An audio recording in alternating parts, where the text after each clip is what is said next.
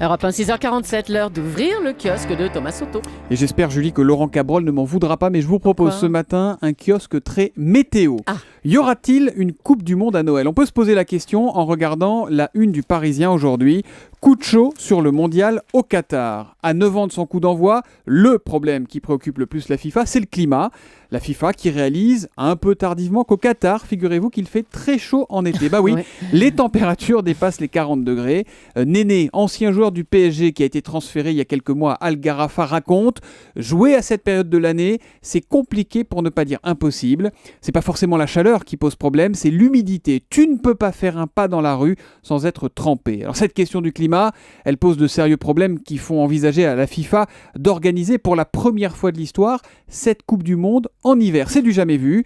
L'hiver, Julie, 12 saisons qatari où le mercure ne dépasse pas les 30 degrés. Sauf que pour rester dans la métaphore météo, Julie, il y aurait un effet boule de neige. Ça perturberait les JO d'hiver de 2022, qui eux se tiendront en hiver, oui. et qui souffriraient d'une concurrence déloyale. Ça chamboulerait les calendriers de tous les grands championnats européens et les très juteux droits télé qui vont avec. Bref, au bout du compte, ça pourrait coûter des millions et des millions d'euros. Finalement, on se dit que le seul avantage de ce mondial au soleil, c'est que s'il se qualifie, personne ne pourra accuser nos bleus de ne pas mouiller le maillot cette fois-ci. Oh, pas mal Thomas. On continue avec la météo. Allons-y. Il ne faisait visiblement pas très chaud hier à l'Elysée. Ouh là là non, ça avait même l'air glacial en Conseil des ministres après la polémique sur les Roms. François Hollande a tenté de mettre un terme à la cacophonie, nous dit Libération. Il recadre ses ministres pour la dernière fois, titre le journal de Saône-et-Loire. Pour la dernière fois, c'est bien compris ? François Hollande menaçant à mots à peine voilés de faire tomber des têtes si les couacs reprenaient. Un recadrage qui ne dissipe pas le malaise selon le Figaro. Vous voulez une preuve qu'on n'en est pas revenu à la franche camaraderie entre Valls, Duflot et leurs amis, Julie ? Allez-y, oui. Ça tient en une phrase sortie de la bouche d'un ministre qui refuse bien sûr d'être nommé, c'est dans le Figaro.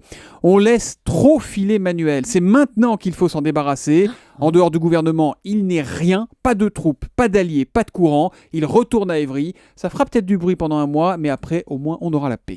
Ambiance bisounours, hein. Absolument. Heureusement, Thomas, il y a les rythmes scolaires pour faire remonter les températures. Ah oui, puis ça s'emballe dans la presse. Attention, bourrasque de titres. Ça grince pour la Voix du Nord, ça grogne pour la Nouvelle République. Le guet-apens du mercredi pour Sud-Ouest, quel chahut pour Métro News. Les maires demandent une remise à plat du financement pour la Croix. Déjà fatigués les élèves, conclut le Télégramme. Mais Julie, il n'y a pas qu'à l'école qu'on baille à se décrocher la mâchoire. Regardez ce petit papier que j'ai trouvé dans 20 minutes. 88% des salariés français confessent avoir des coups de fatigue au bureau et près d'1 sur 5 reconnaît que ça lui arrive même tous les jours. Et c'est particulièrement criant chez les moins de 30 ans. Mais pas que, hein. Qu'est-ce que vous en pensez ? Bon. Chez les plus de 30 ans aussi, alors. Ouais, ça arrive. Axel de Tarlet, bonjour. Vous êtes en pleine forme, vous, ce matin. Oui. Vous êtes plongé dans les Échos et on y parle de la malédiction du Rafale. Oui, le Rafale, c'est cet avion de combat français excellent techniquement, mais que nous n'avons jamais réussi à exporter.